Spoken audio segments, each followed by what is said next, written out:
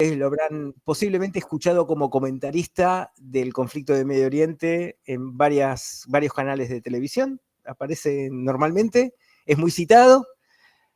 Vale Levin, que es, después voy a decir algo en particular de Vale, que me gustó mucho, una frase que ella usó hace un tiempo en un Zoom que realizamos, que es especialista en estudios del Holocausto, vamos a decirlo así de manera general. Los dos son integrantes juntos conmigo de Meretz, que es la izquierda israelí. Digamos, esto ya es una configuración.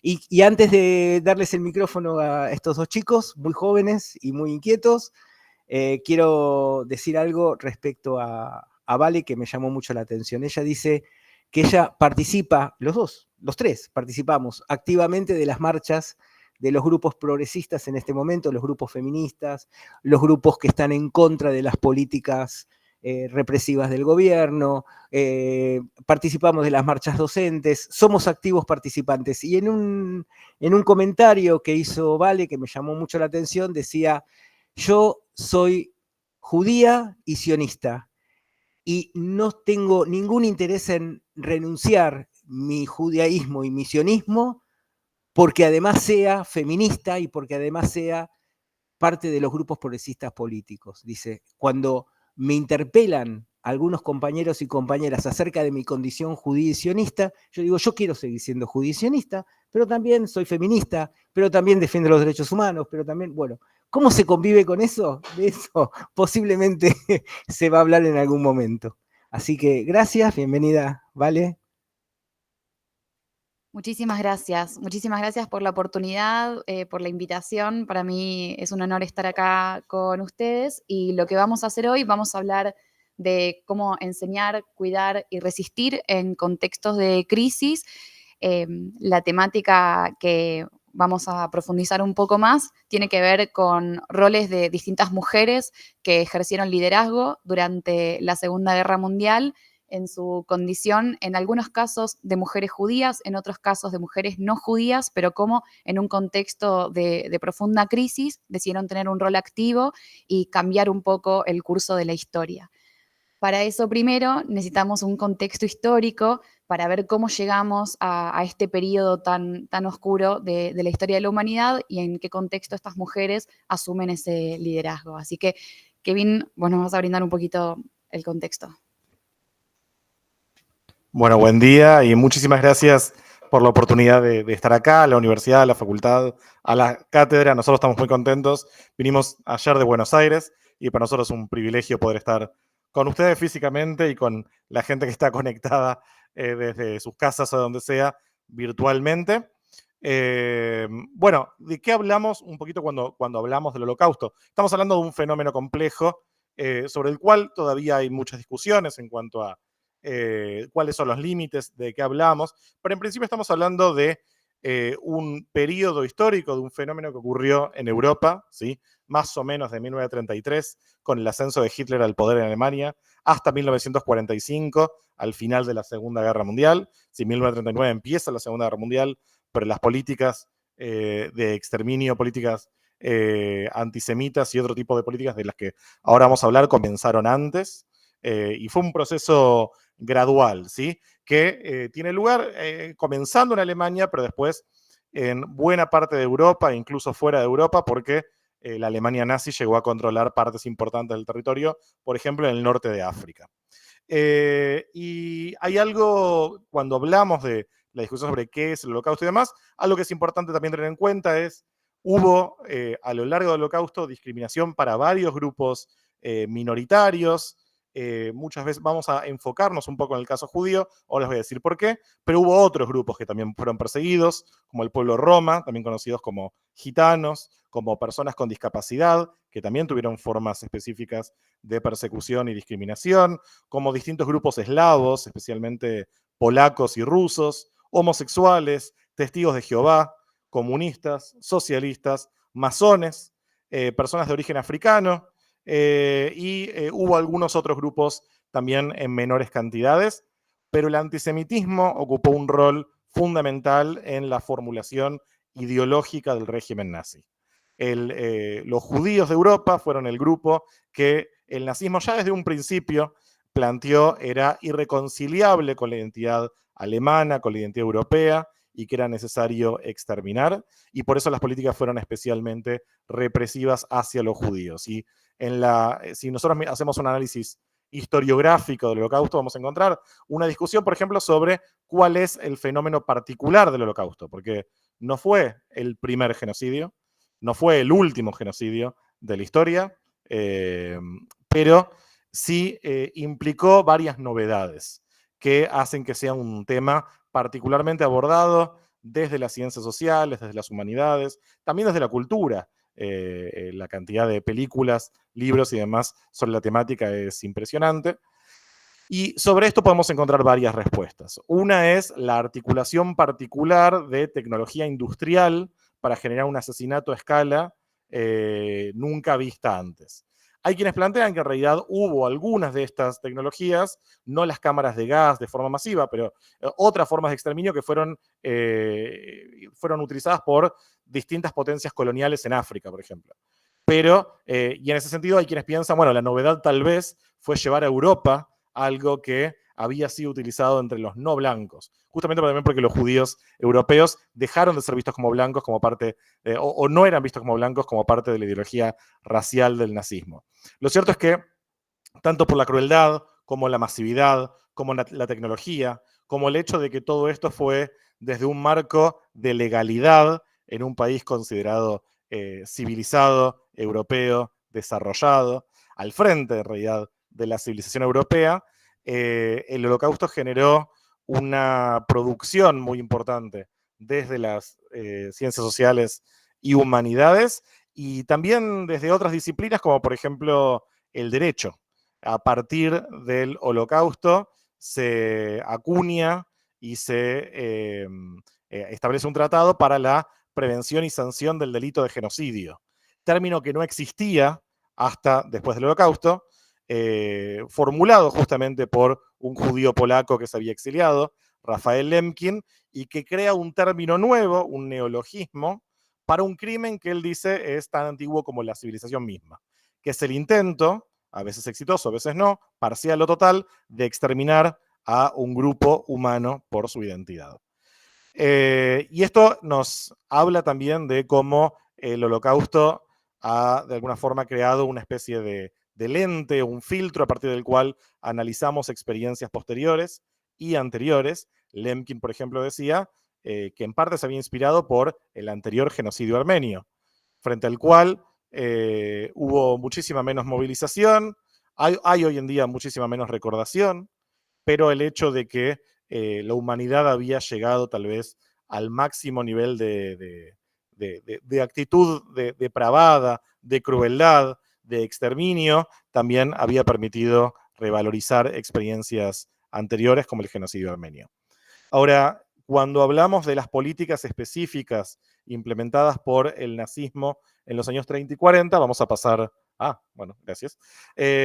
Tenemos en realidad un conjunto de instrumentos, de políticas que son implementadas de forma gradual. Y esto de la gradualidad también es un elemento que tal vez hay que pensar como característico de los genocidios, y partimos de teorías como la de Daniel Feierstein, por ejemplo, que habla del proceso social genocida como un proceso en pasos que de alguna forma existe de forma latente en toda sociedad.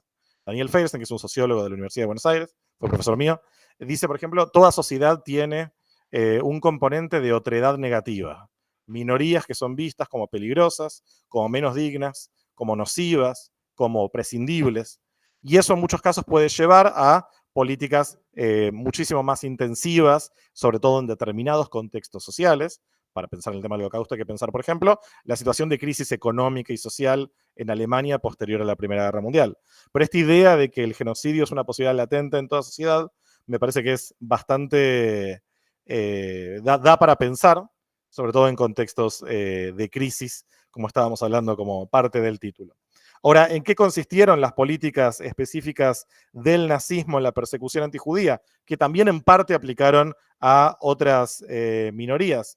Bueno, incluyen, perdí mi machete, acá está, formas de discriminación legal, como por ejemplo las leyes raciales de Nuremberg, que en esencia desnacionalizaron a los judíos y les privaron del acceso a determinados espacios públicos, cargos públicos, y que generaron una distinción hacia personas que hasta ese momento eran consideradas ciudadanas plenas en Alemania. Y esto también aplica en los territorios bajo ocupación alemana.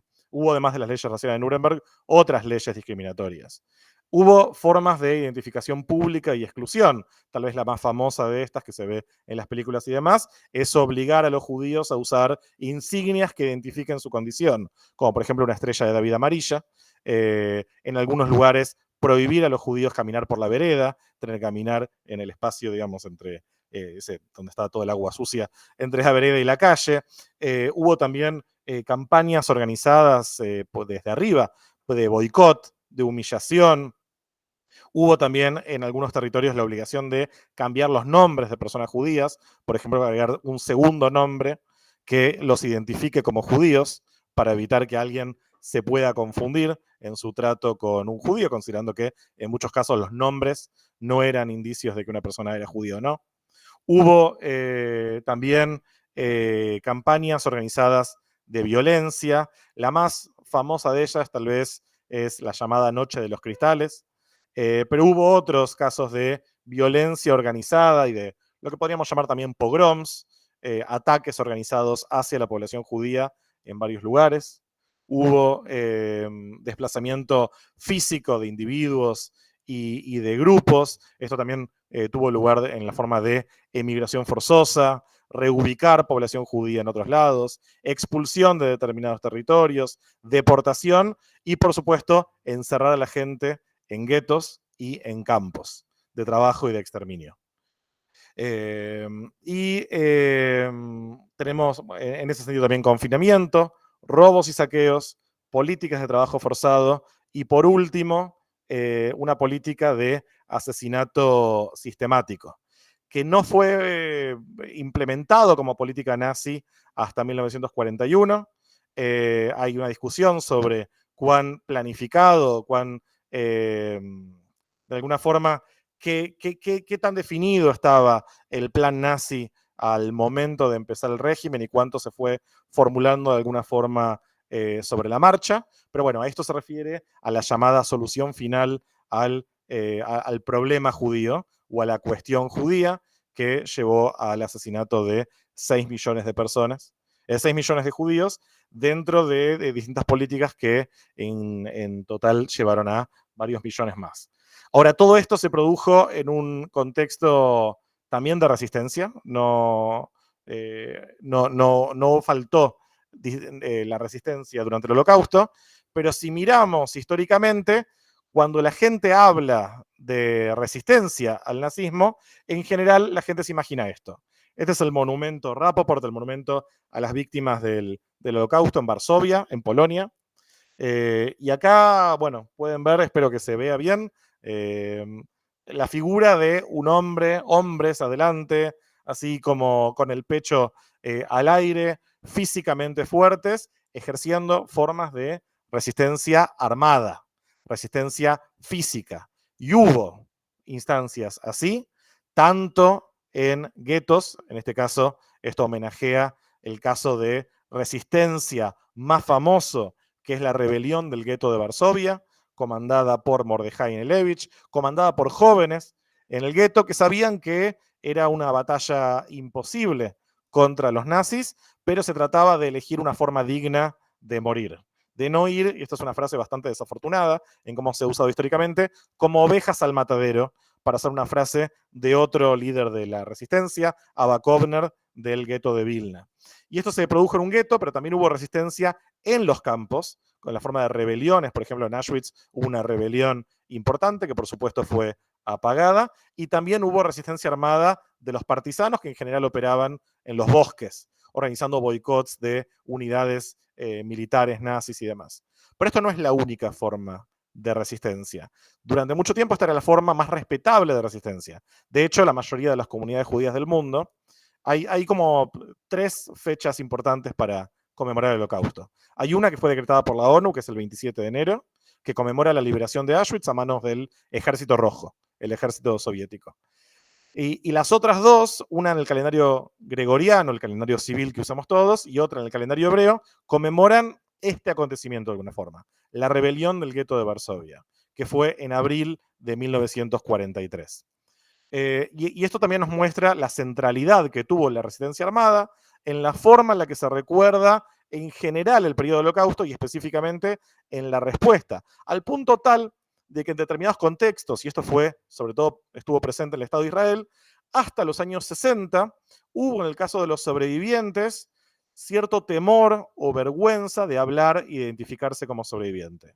¿Por qué? Porque la mayoría de los resistentes, pensándolo desde la perspectiva de la resistencia armada, habían sido asesinados. La resistencia era algo que, en términos militares, no tenía sentido. Nadie le podía ganar a los nazis. En algunos casos hubo gente que consiguió escapar, pero nadie pensaba en una batalla tan desigual que muchas veces, como el caso del gueto de Varsovia, se trataba de una afirmación y de elegir cómo morir, o de generar algún tipo de daño antes de ser asesinados, porque sabían que iban a ser asesinados eventualmente, que fue lo que pasó con casi todos. A partir de los años 60, justamente con el secuestro en San Fernando, en el conurbano bonaerense, de Adolf Eichmann y su juicio en Israel, esto pasó entre 1960 y 1961, hay una revalorización del lugar del testimonio y aparecen muchas víctimas que de alguna forma se liberan de este lugar de la vergüenza. Y la vergüenza tenía que ver en parte con la acusación de ¿qué hiciste vos para sobrevivir? Sabiendo que en algunos casos la supervivencia de las personas se basó en conductas que en otro contexto podrían dar vergüenza, como robar comida, como entregar gente, como en algunos casos comprar la propia libertad, dejando a otras personas a enfrentar su destino por no poder hacer lo mismo. Y esta vergüenza de alguna forma fue liberada con el tiempo, pero sí estuvo muy presente en los primeros años.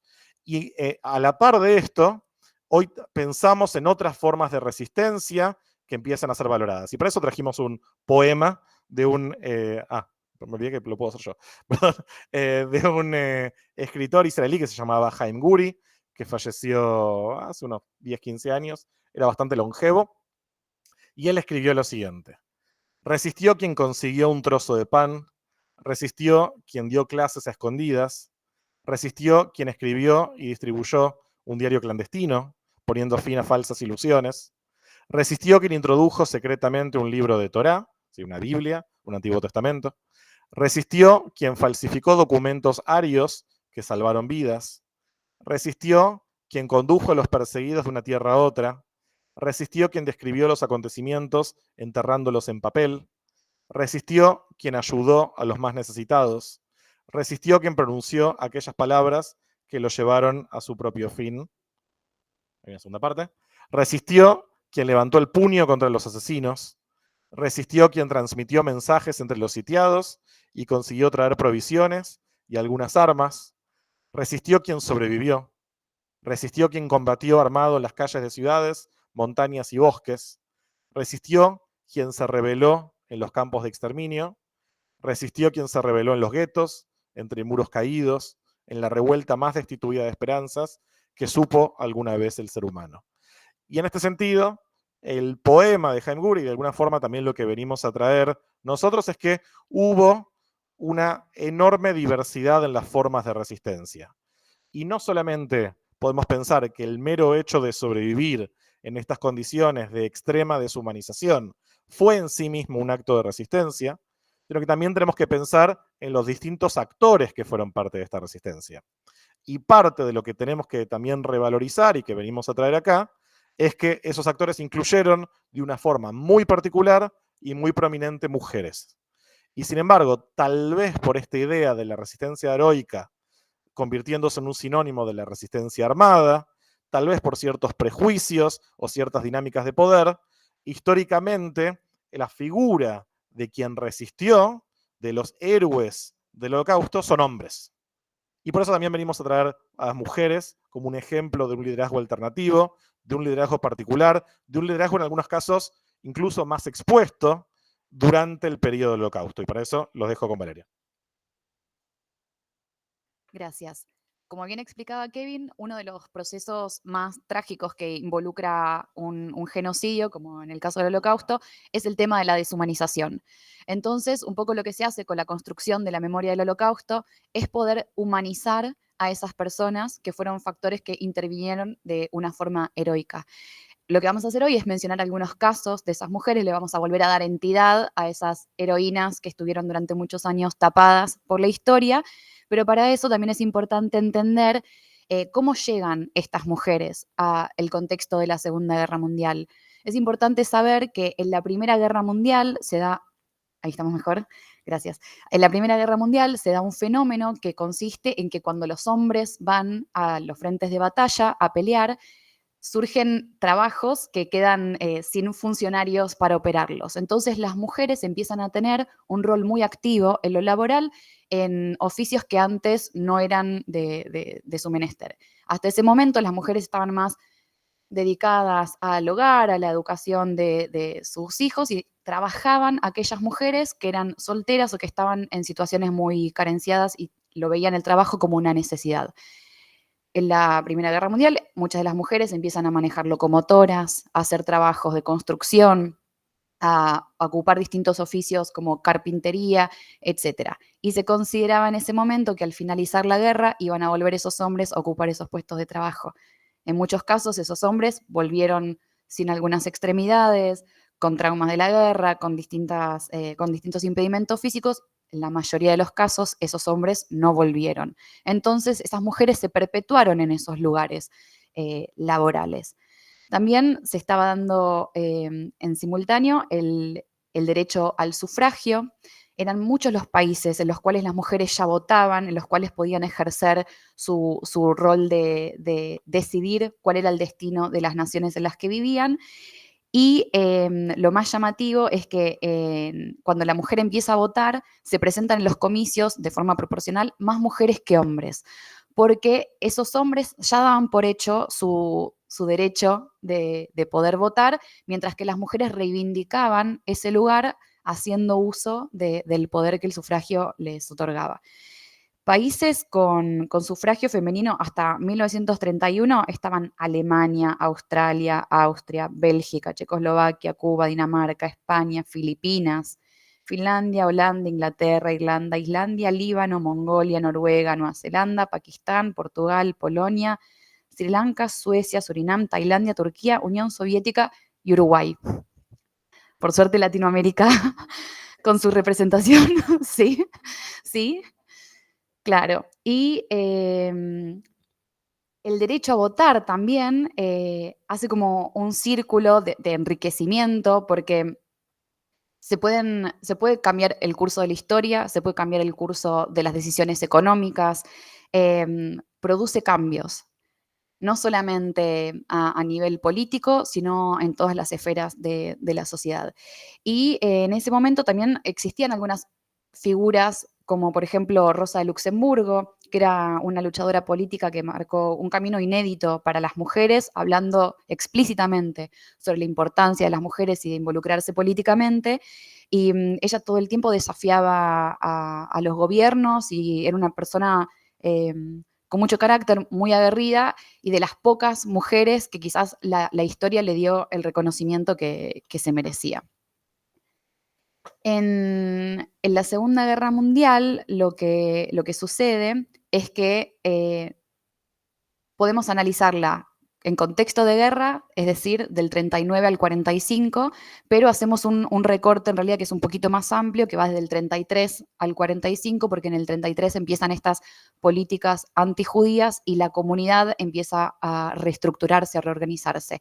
El mapa de Europa, políticamente, geográficamente, económicamente, y también los roles en la sociedad.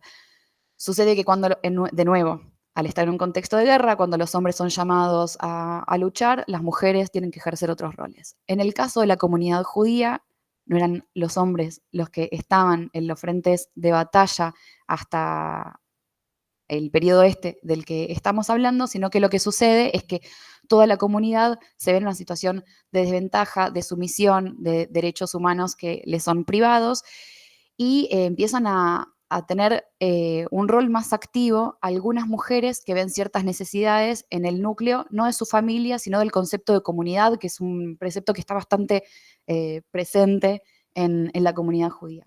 El primer ejemplo que les quería traer, que es de una mujer no judía, esta mujer fue nombrada justa entre las naciones. Los justos entre las naciones y las justas entre las naciones son aquellas personas no judías que durante el contexto del Holocausto tuvieron un rol activo para salvar una vida.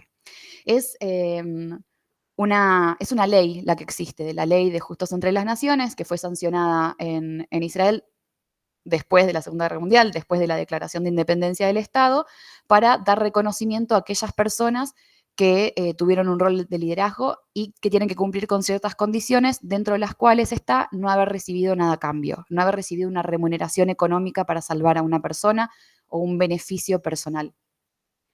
La doctora Adelaide Outval fue una mujer francesa, psiquiatra, protestante, devota, practicante, que en abril de 1942 intentó escabullirse a través de las fronteras de Vichy, Francia, hasta el territorio ocupado para asistir al funeral de su madre, y fue capturada. En prisión protestó contra el trato a los prisioneros judíos porque ella veía que recibían un doble castigo, que era todo mucho más difícil para la comunidad judía, y fue enviada a Birkenau por protestar. Ahí trabajó como doctora y trató con devoción a las mujeres judías prisioneras, quienes la llamaban el ángel. La transfirieron para trabajar en el pabellón de experimentos médicos, donde brindaba atención médica a prisioneros judíos, y ella se negaba a cooperar con experimentos médicos nazis. Fue nombrada justa entre las naciones en 1965, ella falleció en 1986, con lo cual, por suerte, pudo recibir el premio en vida. Ella obviamente nunca se identificó como judía, porque no lo era, pero ella dijo algo que es una frase bastante interesante, que es: aquí todas hemos sido condenadas a muerte. Actuemos como seres humanos mientras estamos vivas. Y ese era el motor que a ella le impulsaba a negarse a hacer experimentos médicos y a tratar de ayudar a aquellos prisioneros y prisioneras judíos y judías. Otro caso es el de Regina Ionas, que nació en 1902 y falleció en 1944. A pesar de que ella no era la única mujer estudiando en el Instituto Superior para Estudios Judíos, una institución académica del judaísmo liberal en Berlín, Regina fue la única que buscó ser ordenada rabina, lo cual aún era considerado inaudito para ese momento. Ella formaba parte de este grupo de estudio donde todos los hombres recibían el título de rabino. Y ella fue la primera que dijo: mi tesis va a ser para demostrar que una mujer también puede ser rabina. Y ella hizo un estudio de las fuentes donde comprobó finalmente que efectivamente las fuentes avalan que una mujer sea rabina. Para ella su resistencia iba por lo espiritual. Ella, el rol que quería ejercer para su comunidad era ser una persona de fe y de transmisión de los preceptos del judaísmo. El director de la asociación le otorga el título de ordenación rabínica en 1935. En noviembre de 1942, Regina y su madre fueron enviadas a Theresienstadt, un campo que surge como gueto modelo, que después vamos a profundizar un poquito más para entender qué importante es la educación incluso en estos contextos adversos. Volveremos a Theresienstadt más tarde. Allí Regina continuó dando servicio como guía espiritual porque ella consideraba que quizás la gente no tenía para comer, que quizás la gente no tenía para hacer actividades recreativas, pero lo espiritual podía generar un poco de esperanza en la gente y ser su resistencia una forma para ayudar a las otras personas. Y ella finalmente fue enviada a Auschwitz, donde fue asesinada a los 42 años. Es interesante su edad porque al haber tenido un recorrido y haber llegado a una edad en la cual ella tenía como mucho conocimiento, era considerada una referente. Frieda Belinfante, ella fue una música neerlandesa, fue una mujer lesbiana judía, miembro de la Resistencia. A mí me parece que es importante expresar la diversidad que siempre existió en el pueblo judío, así como teníamos mujeres que creían que su resistencia iba por el lado de lo espiritual, de ser referentes religiosas. En el caso de Frida, su militancia iba por la cuestión de género, iba por la cuestión política. Ella se expresaba abiertamente como mujer lesbiana judía. Ella se disfrazó de hombre en un momento y utilizó ese disfraz para esconderse de las autoridades nazis. En entrevistas posteriores dijo que su participación en el movimiento de resistencia incluyó planificar la destrucción del registro de población de Ámsterdam en marzo de 1943. Esto era para que la gente no supiera a qué personas buscar y eliminar. Falsificar tarjetas de identidad y organizar lugares de escondite para aquellas personas que eran buscadas por los nazis. Se vio obligada a esconderse después de que muchos otros miembros del grupo de resistencia LGBTQ con base en los Países Bajos fueran ejecutados en 1943 por las autoridades nazis que ocupaban el país. En diciembre de 1943, Frida escapó a Suiza y más tarde emigró a Estados Unidos. La contribución de Frida mostró el alcance de la complejidad y la diversidad del movimiento de resistencia que trabajaba para ayudar a otros contra la opresión que muchos enfrentaron durante el Holocausto. Ella dijo: durante meses me disfracé de hombre y muy exitosamente. Pasé frente a mi madre varias veces y ella no me reconoció. Realmente me veía bastante bien, dice. Podemos ver cómo también estas personas conservan un poco de humor en contextos adversos, y qué importante haber contado con su testimonio y saber de su valentía para incluso estar cara a cara con personas que representaban un peligro extremo para ella. El caso de Stefania Wilczynska lo quería traer porque muchas veces se lo reconoce a él. Su nombre fue Janusz Korczak, fue un pedagogo, un educador que creó un orfanato para cuidar a niños que estaban despojados de sus familias, y siempre se supo, en muchos contextos, siempre se lo mencionó por su rol heroico de no abandonar nunca a esos niños, y él en varias oportunidades tuvo la posibilidad de salvarse y entregar niños, y él hasta último momento, él dijo: si una persona no abandona a un niño de noche cuando tiene fiebre, ¿yo cómo los voy a abandonar en este momento? Pero ella, Stefania, nacida en Varsovia, Polonia, dedicó su vida a dirigir el orfanato judío en el gueto de Varsovia junto al doctor Janusz Korczak. Acompañó a los niños del orfanato en su viaje final al campo de exterminio Treblinka, donde ella también fue asesinada a pesar de que tenía la posibilidad de salvarse. Hasta último momento, su convicción era por mantener a la infancia en un contexto cuidado, y en el orfanato se daba una división de las tareas y de los roles, que era una cuestión fascinante, porque cada vez que algún niño o niña hacía algo que estaba mal, o una conducta que quizás en otros contextos ameritarían como un reto, un enojo, un grito, armaban una asamblea, un comité en el cual niños y niñas decidían qué acciones tomar para poder ayudar a ese niño o a esa niña que quizás tenía conductas que no eran tan sanas para el resto del grupo.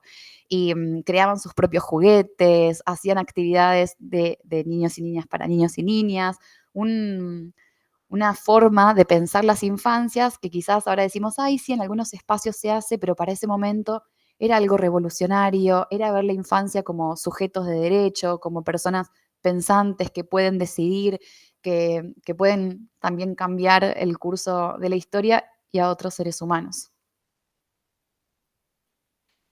Friedel Dicker Brandeis nació en Viena, Austria. Era una artista reconocida de la Bauhaus, que es una corriente más que nada vinculada con la arquitectura hoy en día, pero tiene una visión de ver las formas también con fines para su uso y mezclando la estética con la finalidad. Es una corriente de la arquitectura, del arte, de la expresión. Ella dejó su huella en actividades educativas para niños y niñas judíos y judías en el gueto de Theresienstadt. Friedel los alentó a expresar sus sentimientos y sueños en la pintura. Fue deportada a Auschwitz en 1944, donde fue asesinada. En estos contextos, donde quizás poner en palabras lo que sucedía era algo sumamente difícil, ella consideraba que con el dibujo, con la expresión, con los colores, con los lápices, con el papel, niños y niñas se podían expresar y se podía quizás materializar el sentimiento, y lo que ella decía era que había dibujos muy abstractos que decían mucho, había dibujos muy concretos de niños y niñas que quizás no podían verbalizar palabras concretas, y entonces el arte era una forma de resistencia. Tova Tosia Altman, como mujer joven, se unió a Shomen Atzair en Polonia. Y acá voy a hacer un paréntesis. Cuando la primera vez que yo escuché de Holocausto fue asociado a la palabra resistencia, asociado a la palabra heroísmo, asociado a la figura de Mordejai Anilevich, que fue quien está representado en el monumento Rappaport. Y fue porque yo fui a la escuela laica, pública, mi familia, mi mamá y mi papá, apellidos judíos, mis abuelos, todos judíos. Yo siempre supe que mi abuelo había nacido en Polonia, pero cuando tenía 15 años le dije a mi mamá que quería hacer mi fiesta de 15 y que quería ir a la iglesia porque mis amigos iban a la iglesia.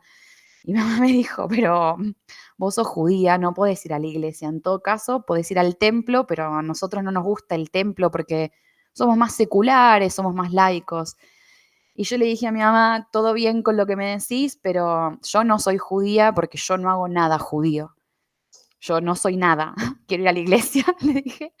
Y mi mamá intentó explicarme lo que era el judaísmo, pero me dijo, la verdad es que yo no sé muy bien. Para mí, como el judaísmo son las comidas que comemos, son las cosas de las que hablamos, son las cosas que festejamos o que no festejamos. Quizás debería buscar un lugar donde te expliquen qué es el judaísmo. Y mi mamá terminó mandándome, no al lugar que quizás ella consideraba que ideológicamente la representaba, porque no hizo mucho esa investigación, pero me mandó al lugar más cercano, a la institución de la comunidad que estaba en el barrio.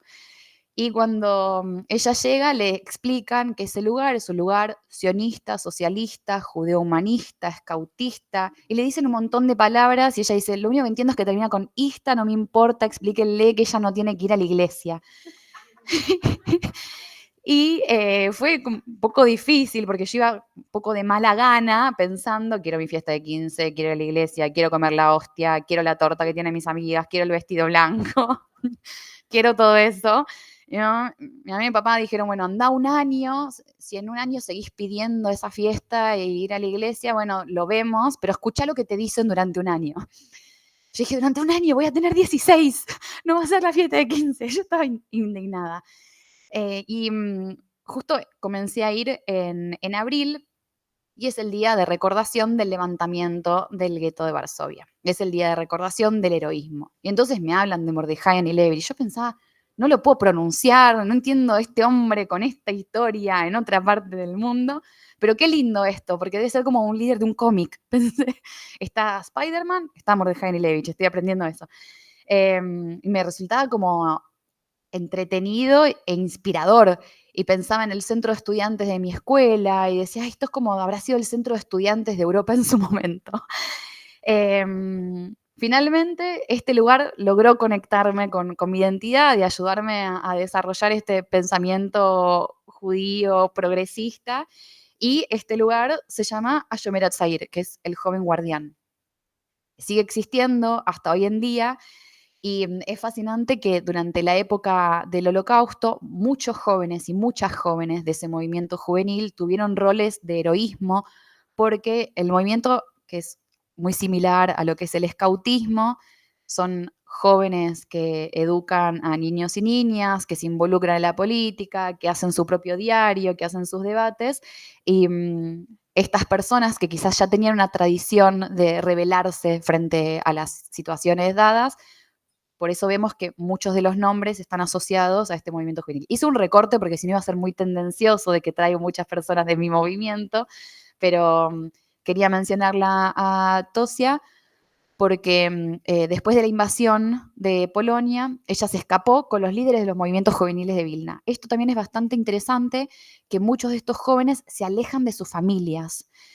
Familias que de golpe se dan cuenta que sus hijos e hijas tienen una vocación por esta educación no formal que hace que se desprendan de su núcleo familiar en muchos casos sin saber cuál iba a ser el futuro de estos jóvenes. Y ella se ofreció como mensajera, haciéndose pasar como polaca gentil, gentil sería no judía, y arriesgó su vida para entrar a los guetos. Primero para organizar educación clandestina, después para advertirles sobre el inminente exterminio masivo de judíos. Durante el levantamiento del gueto de Varsovia, que fue una revuelta en la cual los jóvenes deciden enfrentar al nazismo y dar fin a lo que sucedía, ella actuó como, tuvo un rol muy protagónico y logra que 5 personas junto con ella puedan escapar buscando refugio cuando finalmente los alemanes la descubren y a pesar de haber recibido heridas en la pierna y en la cabeza, Altman escapó del gueto a través de las alcantarillas. Fue capturada 2 semanas después cuando una fábrica en la que ella se estaba escondiendo se incendió. Eh, Ocupó roles muy fundamentales que tienen que ver con la resistencia. Haciéndose pasar por persona no judía, ella se exponía fuertemente al peligro, porque si se enteraban de su identidad, obviamente la iban a matar. Ella consideraba que el nazismo tenía una idea de cómo se veía una persona judía y ella no entraba dentro de esos parámetros. Esto también forma parte de una teoría racial, que se considera que la raza aria es superior y el judío es una raza inferior, un ciudadano de segunda para ese momento. Y también podemos ver cómo estas teorías raciales son infundamentadas, cada persona que vemos tiene características diferentes y el rol que ella ejerció de mensajera, ayer lo contaba también en otra charla, que se habla mucho de las mujeres mensajeras, de esas mujeres que llevaban y traían información, que a veces podían llegar a aportar armas para colaborar con la resistencia armada, adentro y afuera de los guetos hacían circular cosas cuando estaba prohibido. Y hace poco una persona me dijo que deberíamos dejar de hablar de mujeres mensajeras y que tendríamos que empezar a hablar de pioneras combatientes, porque el tema de mensajeras, el término, le quita bastante humanidad o la objetiviza y pone el foco en el mensaje en vez de la figura. Y estas mujeres se exponían al peligro cara a cara, porque en muchos casos se enfrentaban a los soldados nazis para que ellos corroboraran que estas eran mujeres y que nada tenían, cuando en realidad escondían muchas cosas en sus cuerpos. Y bueno, también su rol como organizadora de la educación clandestina, porque ella consideraba que había que seguir transmitiendo los valores y que había que seguir continuando con la tradición de la cultura y la educación, escondiéndola del peligro, porque si se enteraban de esta estructura que tenían educativa, obviamente iban a matar a estas personas. Roska, que también era del movimiento juvenil, sionista socialista, Ayumerat Zair, ella nació en Polonia, cuando estalla la guerra se muda a Vilna y ella fue miembro de la resistencia del gueto y fue partisana. Los partisanos eran personas que consideraban que la lucha se tenía que dar en los bosques, que se escondían en la naturaleza y ahí armaban sus formas de resistencia. En muchos casos pasaban semanas, quizás meses sin comer, porque lo importante era poder esconderse y poder hablar estrategias para hacer su resistencia desde la naturaleza, desde los bosques. En 1944 ella llega a Israel, esto es antes de la declaración de la independencia, y fue la primera en dar testimonio en Israel sobre los eventos del Holocausto. Esto es muy importante porque, como Kevin decía antes, la mayoría de los testimonios no se empiezan a escuchar sino hasta después del 60. En 1960, Adolf Eichmann es capturado en Argentina y la gente empieza a escuchar en la radio cómo avanza ese juicio y se empiezan a escuchar públicamente los testimonios por primera vez a nivel internacional y ahí empiezan a hablar muchos sobrevivientes que cargaban de culpa porque a veces se les cuestionaba qué habían hecho o a veces tenían miedo de contar todo lo triste que habían vivido y pasar el trauma a otras generaciones. Había quizás generaciones que no querían faltarles el respeto y preguntar, pero ella fue la primera que da testimonio y es muy relevante que sea una mujer la que dé testimonio, porque las mujeres que quizás habían atravesado mucha violencia física, además de psicológica, que hablen de lo que había sucedido, las ponía en un lugar de mucha exposición, pero también de mucha valentía. Y publicó un libro sobre esos años. Fue una de las fundadoras del del monumento Moreshet a Mordejai Enilevich y trabajó ahí hasta que falleció en 1988. Y ahí vemos cómo nunca ella se despojó de esta historia que había vivido y siguió su militancia participando activamente de guía y de persona que brindaba su testimonio. Etty Hillesum creció en los Países Bajos en una familia judía asimilada. Quiere decir que no practicaban activamente el judaísmo, ni desde lo religioso y probablemente no tampoco desde lo cultural, pero en julio de 1942 Hillesum se unió de forma voluntaria al campo de tránsito de Westerbork y se la puso a trabajar en el departamento de socorro del campo. En septiembre de 1943 fue deportada con sus padres y su hermano a Auschwitz, donde fue asesinada. Ella dejó un diario en el cual documentaba su vida y los eventos de dicho periodo. Muy importante haber contado con estos archivos y este testimonio registrado escrito, porque también lo que sucede en acontecimientos, en procesos genocidas, que existe luego una negación de lo que sucedió. Y también esta sensación de que si no hay documentación, entonces al no haber pruebas, entonces descreemos de lo que pueden llegar a narrar de forma oral las personas. Y haber escrito en ese momento también la exponía a mucho peligro. Existió un hombre, un historiador, que se llamó Emanuel Ringelblum. Sí, Ringelblum. Él trabajó toda su vida en lo que se llamó el archivo Oneg Shabbat.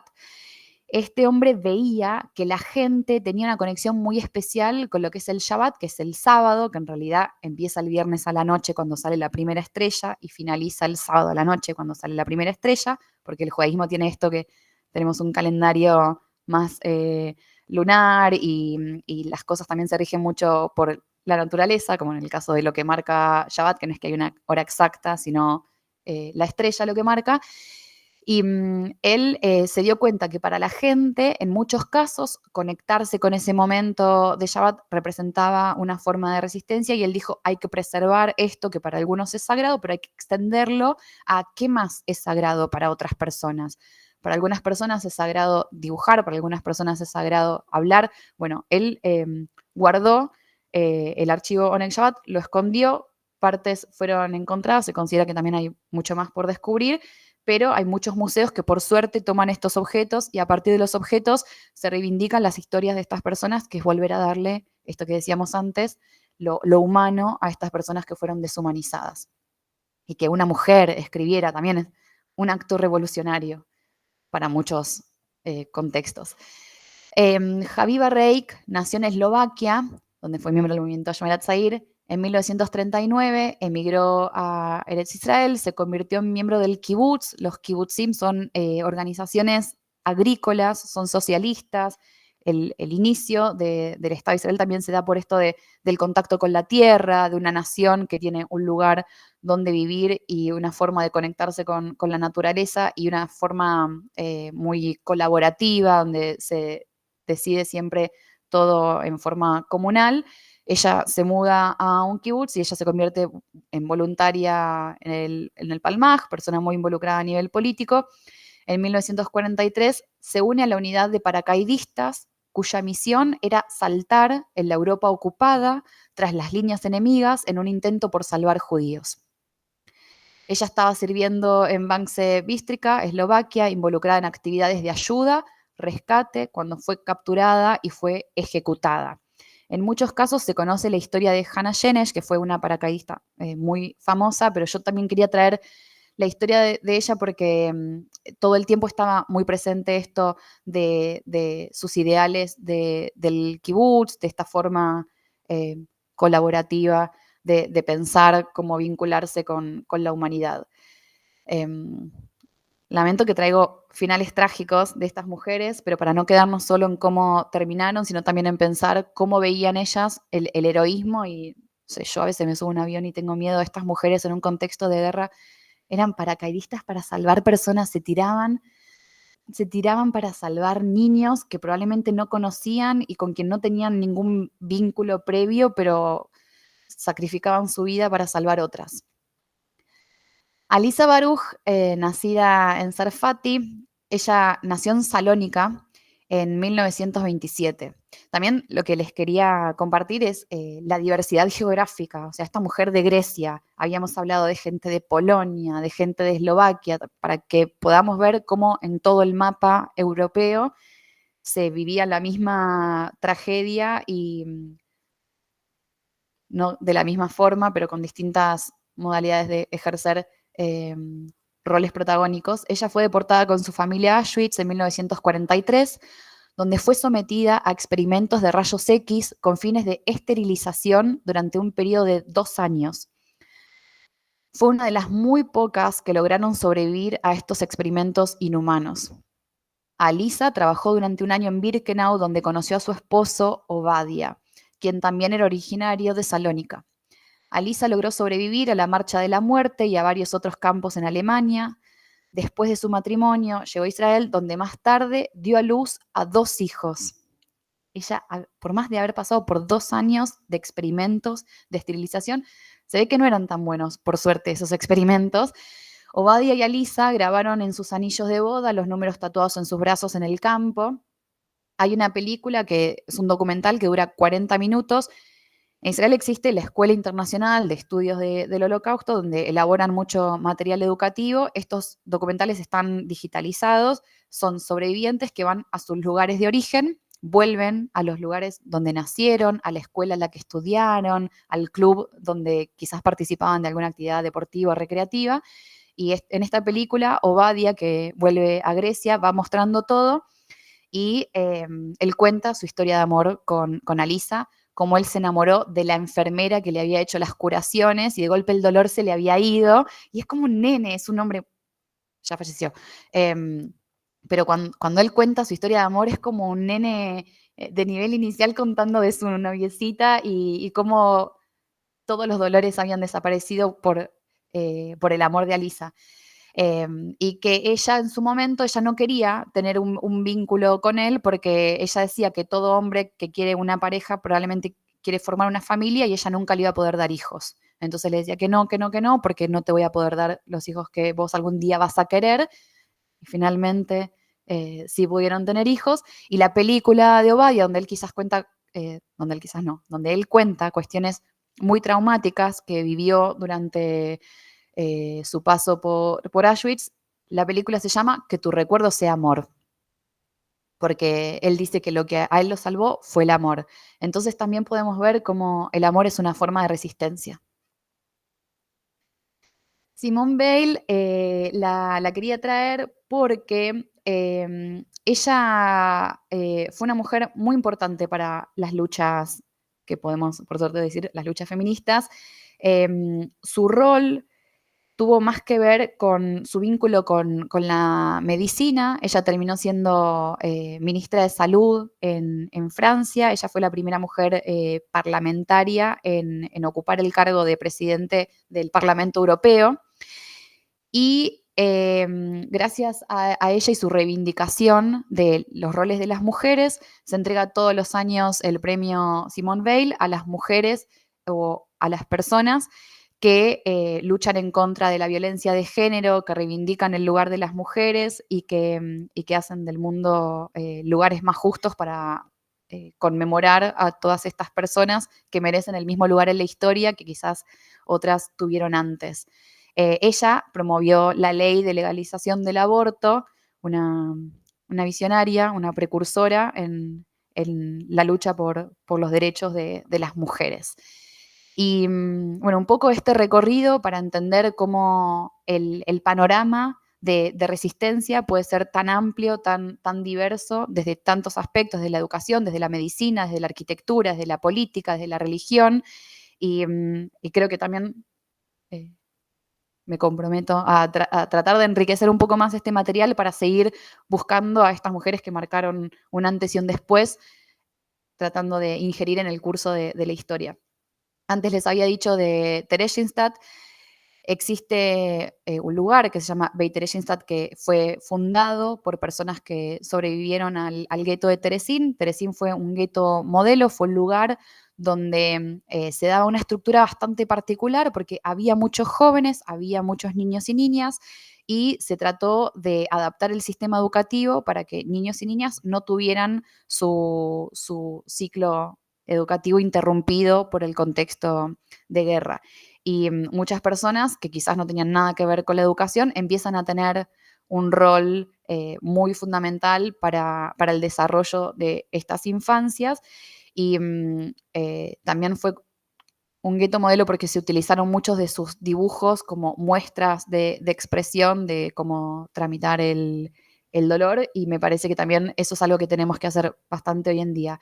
Encontrar nuestras formas de resistencia con acontecimientos trágicos que surgen todo el tiempo en la historia de la humanidad y pensar cómo quizás algunas de estas mujeres pueden servir de inspiración para nuestras propias batallas y para nuestros propios desafíos.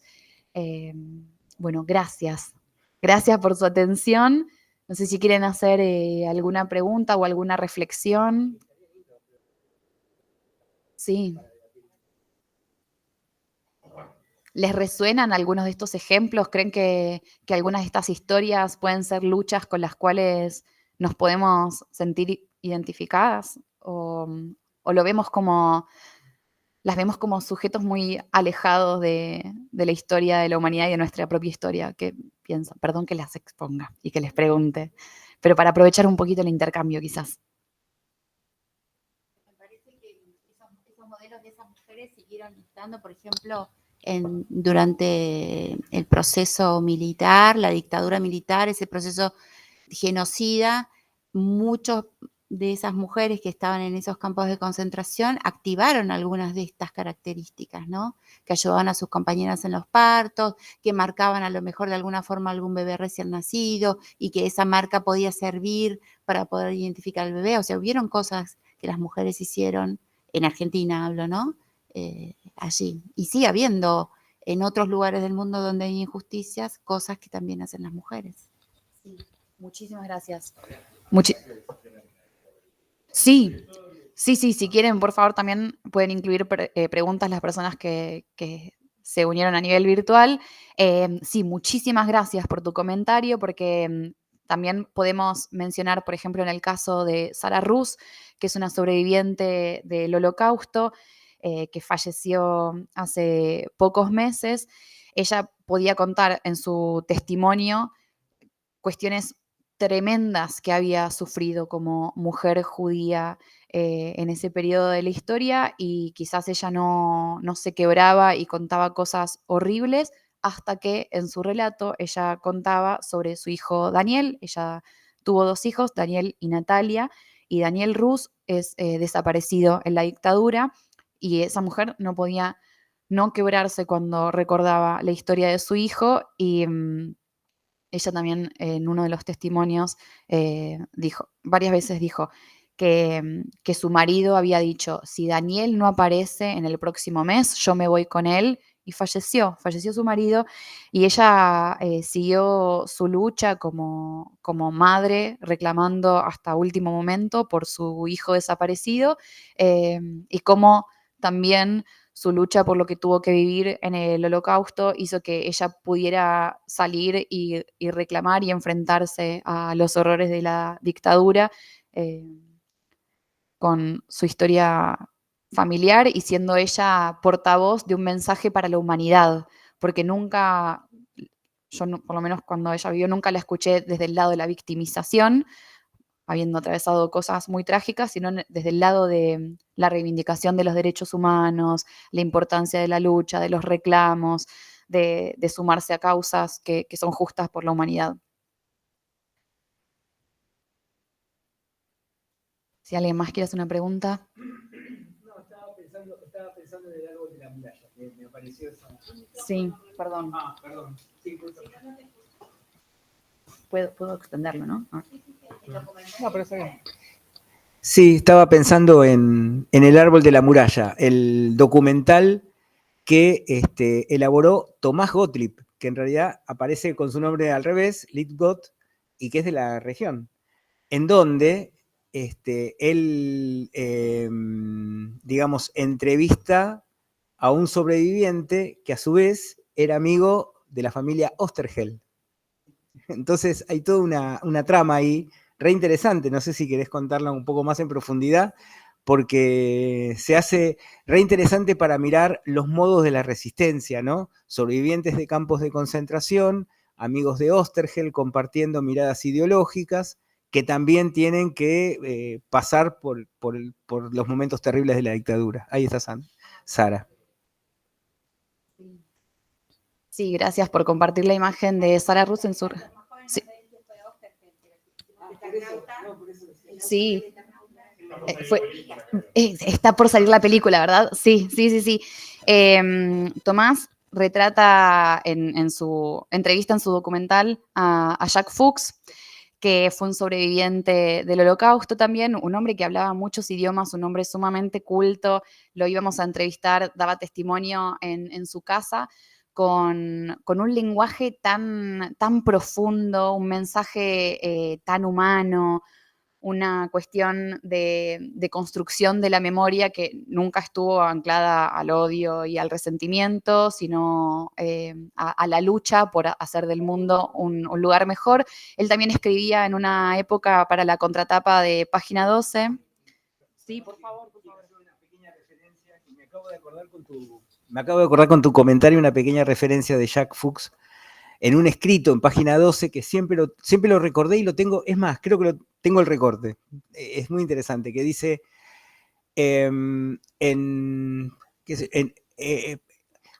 antes de Cristo, en épocas, en Irán, cuando los judíos se rebelaron, nos quisieron matar y no pudieron. Cuando salimos de Egipto, no podíamos salir, nos quisieron matar, no pudieron. Siempre hubo un milagro. En la Segunda Guerra Mundial no hubo más milagros. Y es interesantísimo como síntesis de todo ese periodo, ¿no? Él también, creo que en ese mismo artículo o en otro similar, él dice Auschwitz nunca fue liberado, también un poco cita a Teodoro Adorno, y lo que dice es que hay conflictos bélicos y quizás hay países que se van a atribuir victorias, pero la humanidad tiene una deuda pendiente por los derechos humanos y por considerar a la otra persona como una persona diferente y no así, no merecedora de ciertas garantías mínimas y no solo mínimas. Y Jack decía que también sentían en algunos casos los sobrevivientes que no habían sido liberados porque era un trauma que los iba a acompañar toda la vida, pero que también era un trauma que era un motor de vida. O sea, que quizás dar testimonio era su motor de vida, que quizás contar lo que le había sucedido era su motor de vida, pero también cada persona tiene que poder encontrar esa vocación que va a hacer que de eso sea su aporte a la humanidad. Era educador, pedagogo. Y dijiste algo, se me fue algo. Sí, ¿querés compartir vos de la historia de la familia? Sí, Rolo, sí. Puedo cometer alguna imperfección en ese relato, por eso digo, ¿me ayudas, Kevin? ¿Están familiarizados con el Eternauta? Bien, bueno, la familia Oesterheld, el papá Oesterheld fue uno de los creadores de la historieta El Eternauta, una historieta que, si no me equivoco, fue publicada en Villiquen, cuando yo era chico, la recuerdo de esa época. Sí, yo recuerdo algunos recortes de muy chiquitito haberlos visto. Claro. Sí, bueno, era apasionante mirar esta fantasía de una ciudad destruida, ¿no? Ocupada por extraterrestres, donde aparecía el Eternauta como uno de los sobrevivientes de esa masacre. Qué bárbaro, porque eso es previo a lo que va a suceder con el proceso militar. Él, a su vez, tenía 3 hijas militantes. Ahora, eran 4, perdón, ¿ves? Por eso digo, iba a cometer alguna imperfección. 4 mujeres que fueron desapareciendo una a una, digamos. Y, con sus parejas y posteriormente él, ¿no? Si no me equivoco. Quien queda viva es la mujer de Oesterheld y un nieto, que a su vez después se contactan con Jack Fuchs, se hacen muy amigos y comparten diálogos. Ahí estaba lo interesante de esta historia y cómo ellos de alguna manera intentan comprender la historia, ¿no? Con toda esta complejidad. Sí. Y Oesterheld y Jacques también reflexionaban mucho sobre el lugar de las ausencias, cómo con esas historias familiares de personas que desaparecen, se puede seguir pensando la familia y los vínculos, tratando de conmemorar a esas personas, pero también con una constante búsqueda, porque la figura, bueno, podríamos ahondar horas en la figura del desaparecido, pero esto, el lugar de las ausencias en las familias. Del Eternauta va a salir pronto la película, así que va a ser una buena forma de volver a conectarse con esa parte de la historia y con una forma, una perspectiva y una forma de representar la historia que al no ser convencional quizás hace que la gente se sienta más interpelada por esa forma de relato. Recuerdo también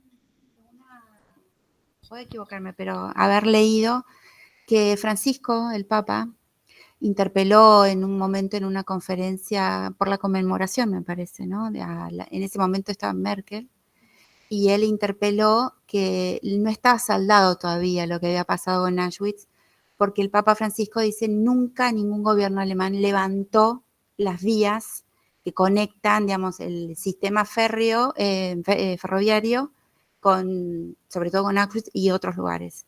Y eso el Papa lo dijo, hubo un silencio, me acuerdo haberlo visto, eso, que todavía no terminó, hasta que no termine, digamos, porque eso sigue allí, ¿no? Está bien que ahora es un museo de memoria y demás, pero eso sigue allí. Sí. No sé. Es interesante esta perspectiva. A mí me pasó de haber ido a Auschwitz y sentir que quería tomar el recorrido que toma cualquier persona común y corriente. Está muy preparado para el turismo, duele un poco decir esto. Llegan micros y hay guías y se recorre el espacio, es un espacio de memoria que tiene mucho movimiento, mucha circulación de gente, donde se ven cosas trágicas, pero también pensar cómo se puede hacer como una, no sé cómo decirlo sin ser políticamente correcta, pero también es interesante pensar cómo presentamos los espacios de construcción de la memoria y cómo hacemos esos relatos. Y en el caso de Alemania, que tuve la oportunidad de ir y visitar algunos memoriales, mi sensación fue que por cada cuadro, cada 2 cuadras, hay una placa, hay como un nombre, hay una recordación, hay un monumento que quizás la gente pasa por ahí todos los días y lo naturaliza como parte del paisaje y no se detiene a leer ese mensaje, pero sí creo que Alemania tuvo muchas políticas de reparación a nivel educativo. En los diseños curriculares se incluye la temática, obviamente que siempre se pueden hacer más cosas y está bien continuar, y que lo diga el Papa es como una postura, y ponerlo ante la imagen internacional me parece que es algo sumamente interesante y muy enriquecedor. No movieron nada, no, existe una organización, sí, claro, tal cual. También, bueno, hay sitios memoriales que tienen un mínimo de condiciones de preservación para no borrar parte de la historia a nivel visual. A mí me parece que esto a nivel visual es muy fuerte, pero es cierto que de alguna forma, al tener una conexión geográfica, hay una conexión quizás ideológica, puede ser. Eh, Está bueno que también pensemos con qué lente queremos ver los sitios de memoria, cuál es el mensaje que se imparte, porque a veces se inaugura un monumento, qué lindo la foto, qué bella, pero tiene que haber una bajada educativa, tiene que haber un acompañamiento pedagógico, didáctico. En Buenos Aires tenemos el Memorial a los Justos entre las Naciones, que está muy bien ubicado porque está en Palermo, una zona que es muy linda, llena de bares, muy transitada, donde la gente los fines de semana va a hacer picnics. Esto va a quedar grabado, pero yo me voy a hacer cargo de lo que digo. Pero yo a veces paso por el Memorial y la gente está sentada en el Memorial como si fuera un banquito, o a veces se lo ve muy deteriorado el Memorial. Entonces también cómo tenemos que cuidar incluso los espacios de memoria que se construyen porque si no se termina perdiendo el mensaje. Y existe una organización que es la Claims Conference, que es una organización que surgió para devolverle a las víctimas los objetos que les habían sido despojados durante el Holocausto, y en un momento se dieron cuenta que había más cosas que sobrevivientes. Entonces, ¿qué se hace con esto?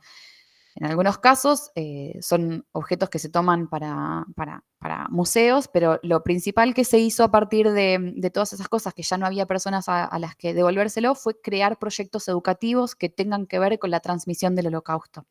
Entonces se financian propuestas para que esta historia de la humanidad no quede solo en una imagen, que no quede solo en un objeto, sino que se puedan perpetuar espacios educativos. Me parece que también eso es un fin muy noble, y tenemos que ver cómo algunas acciones reparatorias sí pueden ser relevantes, y en esos casos son cuando están vinculadas con la educación.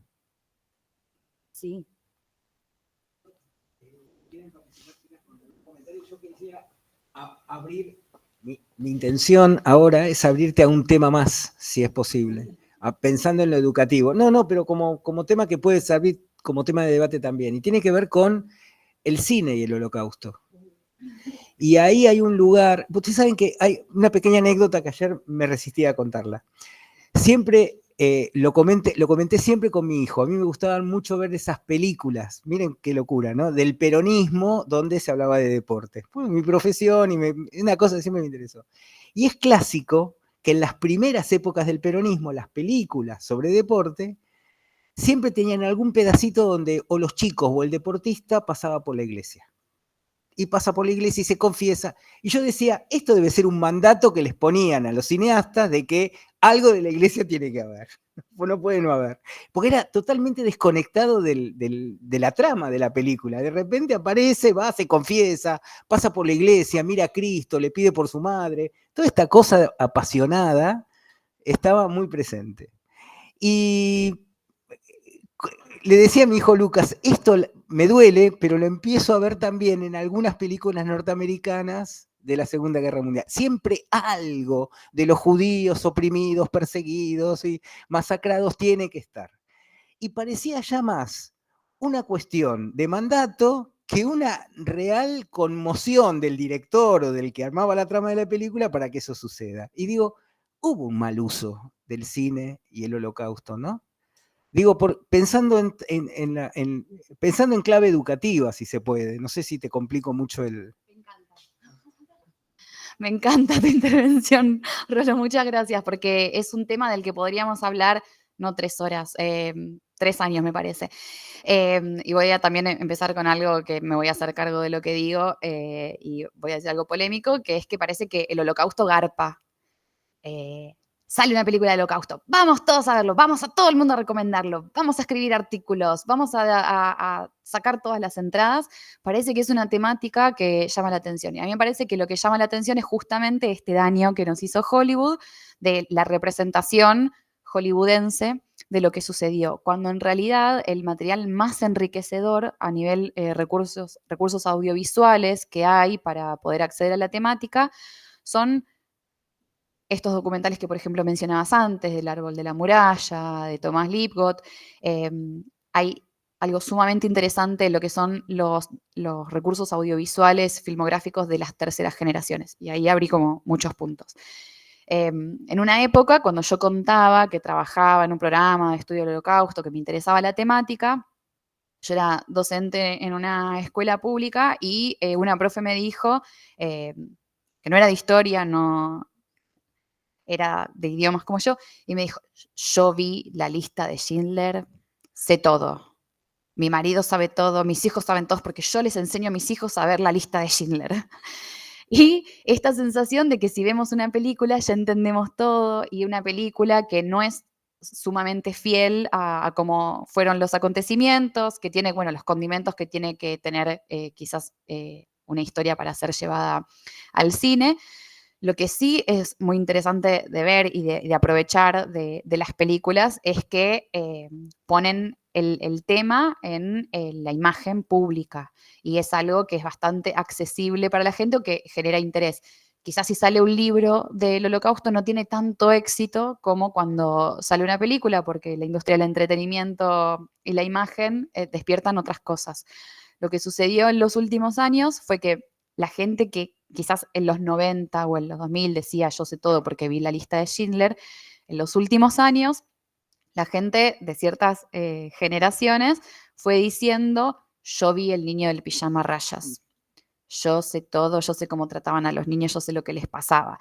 Y eso es sumamente peligroso porque el mensaje de esa película distorsiona mucho la realidad y lo que debe sentir el espectador o la espectadora cuando lo ve. No les voy a spoilear el final, pero no es una película recomendada como para entender lo que sucedió y sí, por el contrario, está lleno de películas que quizás no son basadas en hechos reales y que aportan algo de ficción, pero con el propósito del mensaje. No para distorsionar la historia, sino para generar en el público una forma de aprendizaje y un cambio de pensamiento. Cuando salió La vida es bella, el público estaba sumamente dividido entre esta película es fantástica porque usa el humor y el público que decía esta película es un horror porque usa el humor y cómo el mismo elemento puede despertar una sensación y la otra. Para mí hay una película que, bueno, además porque fue nominada a los Oscars y tuvo como muchas repercusiones, para mí hay una película que aborda el humor, pero desde un lado totalmente distinto y lamentablemente no tuvo el éxito que tuvo La vida es bella, que se llama El tren de la vida, donde se muestra mucho cómo se vivía en el shtetl, cómo vivían las comunidades, los roles que ejercían distintas personas, y va más desde el lado de la sátira, pero aborda mucho el tema de lo psicológico. Y me parece que es una mirada que es muy interesante. Hay muchas personas que son críticas. Sí, sí. No quiero que se nos vaya el tiempo, por eso, pero un pequeño comentario. En esa película, cuando ellos ponen en marcha el tren dentro de un pueblito judío, donde se enteran por la voz del loco del pueblo que vienen los nazis a deportarlos. En realidad, ese es el centro de la historia. Y ponen en marcha un tren que ya no estaba en marcha. Lo ponen en marcha, se ponen de acuerdo para poner y escaparse en el tren. El tema, hay una frase última que me parece que pasa muy inadvertida, cuando el loco cuenta, en realidad la historia muestra que ellos se mezclan con gitanos. En el camino se encuentran, se mezclan. Y él dice, ya pasó el tiempo, dice al final de la película, yo no sé si soy judío, si somos judíos o somos gitanos. Tira ahí un hilito interesante, ¿no? Sí. El humor puede ser una forma de atravesar una cruenta realidad totalmente. Sí, sí, sí. Ayuda a tramitar el trauma, exacto. Y esto que dice el personaje loco, que ya no sé si soy judío o soy gitano, obvio que él sabe quién es, pero también lo que él dice es como qué importante mezclarse y darse cuenta, como que quizás el otro está atravesando por lo mismo que yo y podemos ser pueblos hermanos. Entonces, como también quizás ahí se cruzan por un acontecimiento desafortunado, pero qué importante cruzarnos entre pueblos para poder ver cómo atravesar las tragedias. Es fantástica. Para entender las tragedias de otros pueblos, ¿no? Qué sé yo, acá concretamente nosotros en la zona, el genocidio que fue la campaña del desierto, y que eso sigue estando de un lado y del otro de la cordillera, que siguen marcando a este pueblo mapuche como ese enemigo, como esa otredad a la que hay que señalar, ¿no? En todos los lugares hay estas cuestiones. Me parece que también sirve para no solamente ver la tragedia que pasó con el pueblo judío, sino con otros pueblos que a lo mejor no están tan nombrados, pero que sí pasaron por lo mismo, ¿no? Desplazamientos y toda esa listita que mostró hace un rato Kevin, bueno, pasa y sigue pasando. A mí lo que me asusta es que están volviendo a aparecer en muchos lugares del mundo estas formas de pensar, de señalar a esa otredad de esta manera, violenta. Eso sí es peligroso. Está bueno que lo hablemos acá en la universidad pública. Sí, gracias por el aporte porque A veces cuando hablamos de acontecimientos históricos que son trágicos o cómo un pueblo sufre de la violencia, nos olvidamos de reivindicar la cultura de ese pueblo, como en el caso de los pueblos originarios, y que a veces las películas pueden ayudarnos a visibilizar la riqueza cultural, que a veces quizás ver una artesanía nos puede acercar con esa riqueza cultural y hacerle historia a esa cultura que termina siendo oprimida. Dijiste algo antes y... que esto de el acercamiento de los pueblos, que la resistencia del levantamiento de Varsovia, leía Los 40 días de Musa Dagh, que era un libro que fue inspirado por la resistencia del pueblo armenio. Entonces, cómo saber de otros pueblos y de sus luchas puede ayudar en otro momento de la historia a los pueblos a pensar sus resistencias, y que también nosotros no pretendemos que el día de mañana ustedes se conviertan al judaísmo, no.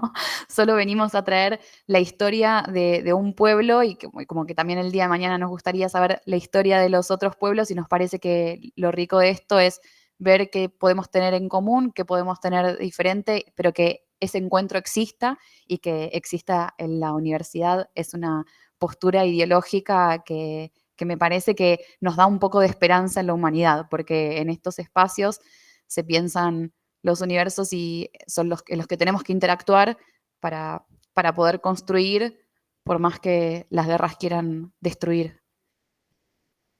Sí. Pero así te escuchan, así te escuchan. Porque si no se van a perder. Sí, sí. Lo puedo. Sí, tenés razón. Si no me acerco.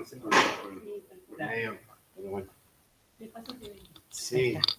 ¿Qué tal? Buen día a todas. ¿Cómo están? No, simplemente volviendo al tema de la charla, de las mujeres, cuál ha sido el rol de la mujer en el Holocausto, creo que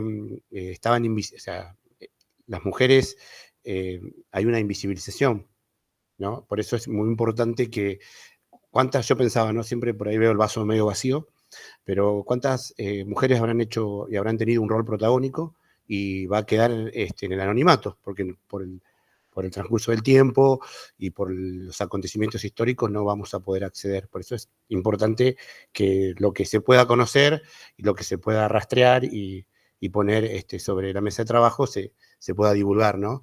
Creo que eso es muy importante. Y también, bueno, respecto de lo que hablaban de cómo la Shoah, o sea, el Holocausto se ha puesto en el cine, o se ha puesto en las películas, también tiene que ver con, o sea, las personas por ahí por ignorancia o por desconocimiento de lo que ha pasado verdaderamente y de la gravedad de los hechos y la tragedia que ha vivido el pueblo judío, por ahí el primer abordaje o la primera información que tiene es desde la televisión, desde el cine, y por eso por ahí a veces las personas o los hombres y las mujeres que intentan abordar la historia de alguna manera se quedan con esa simple película o con esa simple foto y no desde un abordaje interdisciplinario, ¿no? Simplemente aportar eso y bueno, y sobre todas las cosas, luego de la Segunda Guerra Mundial y luego de los acontecimientos que tiene la historia moderna, el rol de la mujer en todas las sociedades, ¿no? Las sociedades tanto occidentales y orientales, y bueno, y la lucha también de que en alguna manera conquistan derechos, aunque a muchos sectores esa palabra por ahí les cuesta reconocer, tiene que ver con que atrás de las mujeres que hoy son protagonistas o son líderes mundiales, hay mujeres también que han hecho obras que no vamos a poder conocer, pero que han quedado en el olvido. Por eso es importante lo que se trabajó hoy acá de poder, lo que se hizo, conocerlo y reproducirlo. ¿No? Simplemente eso. Gracias. Y escuchándote, estaba como repensando también mi propia práctica, que es que en muchos casos, cuando decido mencionar mujeres, menciono mujeres con roles muy protagónicos, con roles de liderazgo claro y evidente. Estas mujeres que se sumaron a la resistencia armada o mujeres que se disfrazaban de hombres, pero que también hay que pensarlas en contexto y que no hay que ser crueles con con los roles que quizás distintas mujeres ejercieron en su forma de liderazgo en distintos momentos de la historia, porque una mujer que tejía en un pueblo originario también es una mujer que resiste. Entonces también entender que para distintas culturas las posibilidades de resistencia se dan de distintas formas y que no por ir a combatir en un frente de batalla es más líder y heroína que otras mujeres que resisten desde lo cultural o desde lo artesanal, desde lo manual, que también son formas de reivindicar su propia cultura. Este material, que se llama Heroínas cotidianas, mujeres judías en tiempos de holocausto, justo le comentaba, Rolo también lo tiene, que yo al principio me lo había comprado pensando, ay, por fin voy a poder como tener material para compartir que está buenísimo y que aborda una temática que me interesa, y cuando lo empiezo a leer me enojé. Dije, ¿qué? ¿Cómo dicen que el heroísmo de la mujer implicaba en coser, en bordar, en reconstruirle la ropa a la gente o en pasar las recetas? Yo no sé cocinar y no me considero menos mujer, pero no se puede reducir el rol de la mujer solamente a la cocina, que es por lo que se viene luchando durante años. Estaba enojadísima, enojadísima. Y ahí como que vemos nuestros propios prejuicios del pensamiento feminista también y qué duras podemos ser. Guardaron cultura, tal cual, tal cual. Después me pude amigar con el material, por eso también se los traigo, por si quieren ver. Claro, claro, que son formas de preservar una identidad y son formas de transmitir. Y entonces, no sé, yo no puedo juzgar a mi madre por cómo ella ejerció su lugar como mujer en la época de la dictadura. La tengo que pensar en contexto y en las capacidades, en la medida en la que cada persona podía interceder. Sí.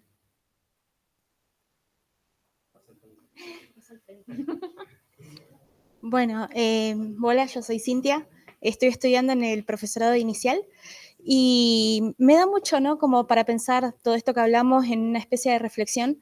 Este año justamente me tocó hacer las prácticas en maternal y hablamos mucho del enseñar y el cuidar. Y justamente el título de esta charla, ¿no? Menciona la palabra cuidar. ¿Cómo me resuena esto de cómo las mujeres cuidaron tanto la cultura, la palabra, a las mismas personas dentro y fuera de los campos? A mí me tocó hace un par de años, antes de esta carrera, hice técnico superior en fotografía. Y me acuerdo que en historia me dijeron, bueno, elijan el tema que quieran y prepárenlo. Yo no sabía qué elegir. Me dijo mi mamá, elegí el que más bronca te dé. El que más bronca me dio fue el Holocausto. Entonces empecé a preparar. Las primeras fuentes fueron como, ay, mira qué linda película, ¿no? Como lo que estábamos hablando hoy. Pero haciendo una búsqueda más profunda, encontré otras películas que por ahí no fueron tan visualizadas, pero que decían un montón.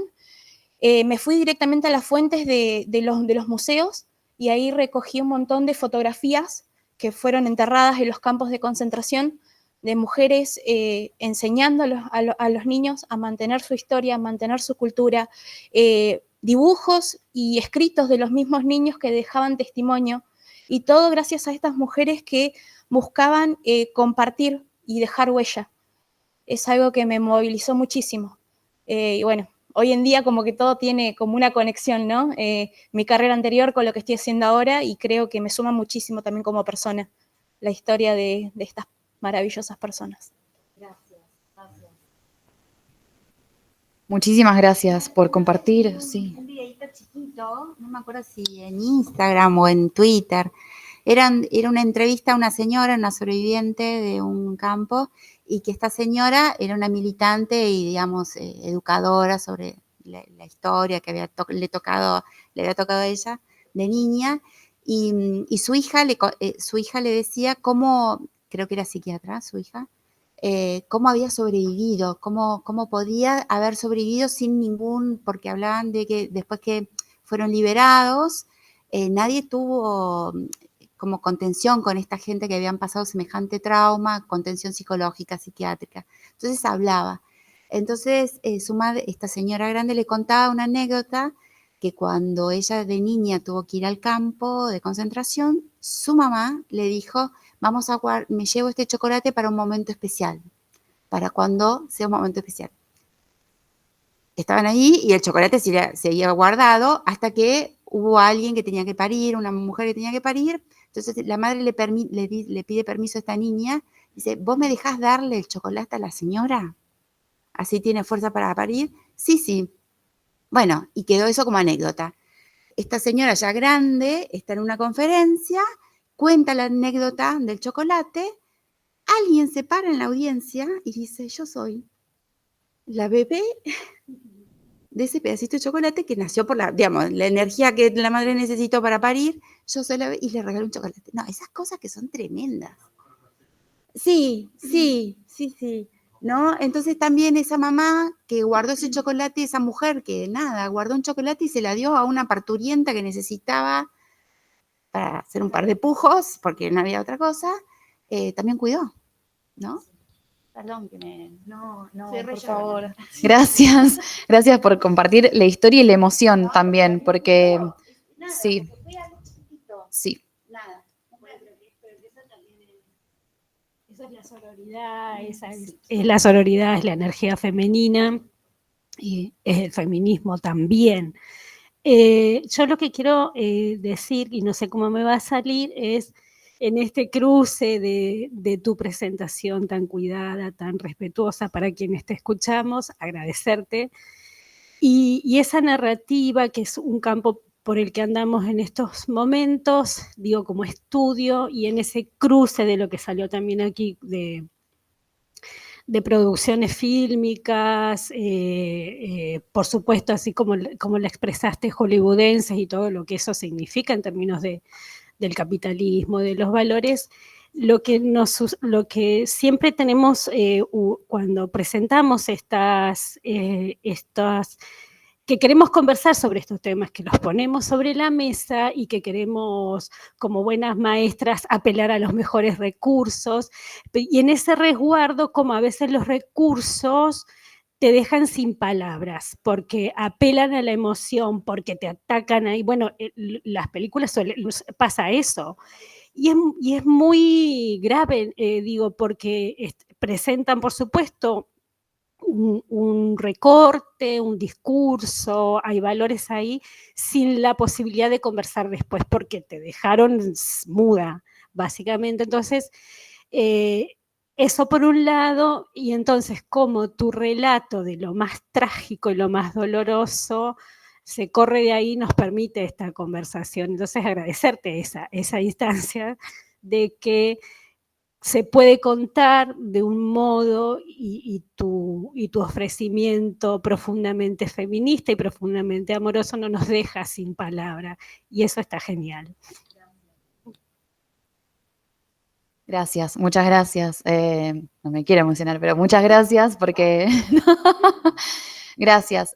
Quizás hay gente que apela un poco más a transmitir desde imágenes que representan otra cosa.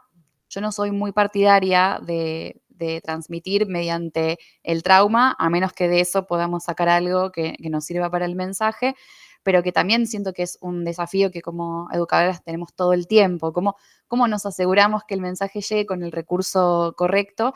De la temática esta específica, hay muchos sitios, muchos portales que sugieren materiales según las edades de las personas con las que trabajamos, que me parece que también eso es fundamental, porque acá en este contexto cuidado y muy cálido nos podemos tomar como ciertas atribuciones y podemos trabajar ciertas perspectivas, pero se puede pensar el contenido adecuado para la edad indicada, o si no es para la edad, es para el perfil al que apuntamos, que también es un desafío que tenemos con todos los acontecimientos que compartimos y no solo con el Holocausto, pero que si en algún momento quieren transmitir sobre la temática, que nos pueden contactar, que tenemos recursos incluso para trabajar el tema con Inicial, porque hay muchos cuentos para las infancias y algo que es como un valor, un eje que es muy importante cuando se trabajan recursos para niños y niñas, es que para las primeras edades se les cuenta,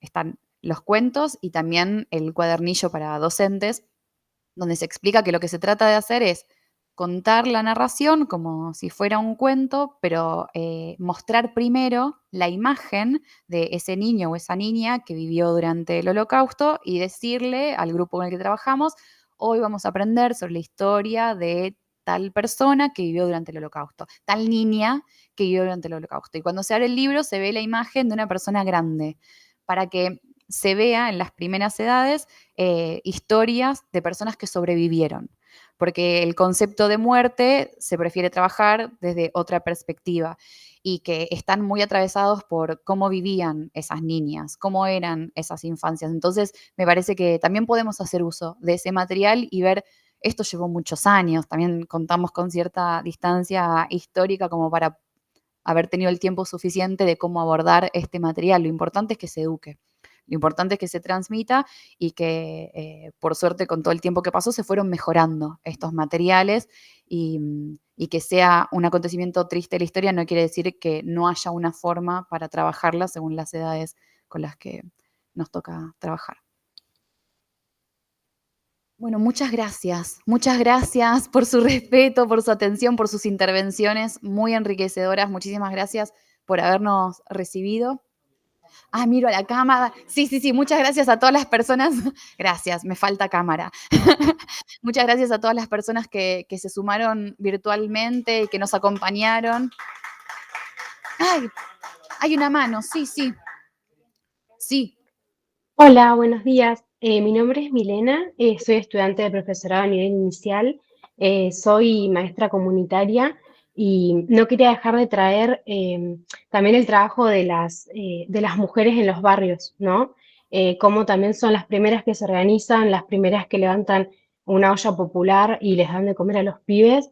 Y bueno, esto como una conexión con el pasado también y que creo que en el pasado y en la historia están siempre las claves para pensar la resistencia del presente y del futuro.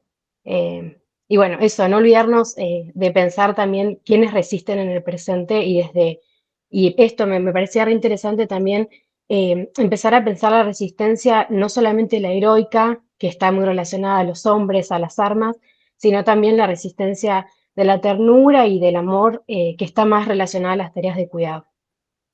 Muchísimas gracias por el aporte que traes, porque quizás estuvimos viendo casos que tienen que ver con resistencia en contextos de guerra, de deshumanización, que son acontecimientos muy evidentes, pero lo que vos decís de las mujeres en los barrios es una forma de no naturalizar una realidad que nos rodea y eso es otro tipo de valentía porque es poder ver que hay que tener otro rol en la sociedad hoy en día. Así que sí, muchísimas gracias.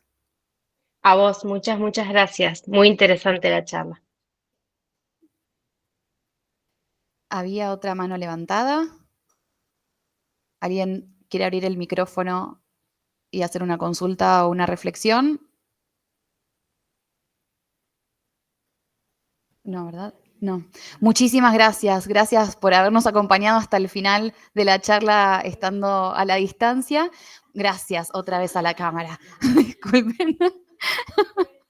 Sí, muchas gracias. Gracias por haberse sumado, por sus aportes sumamente enriquecedores. Fui tomando nota de algunas cosas que dijeron para enriquecer futuras charlas. Nuevamente, gracias por el espacio. Es muy importante para nosotros haber estado acá y poder compartir cosas que nos movilizan y que esperamos que puedan encontrar sus propias cuestiones que les movilicen y trabajar en pos de esa transmisión. Así que muchísimas gracias. Gracias.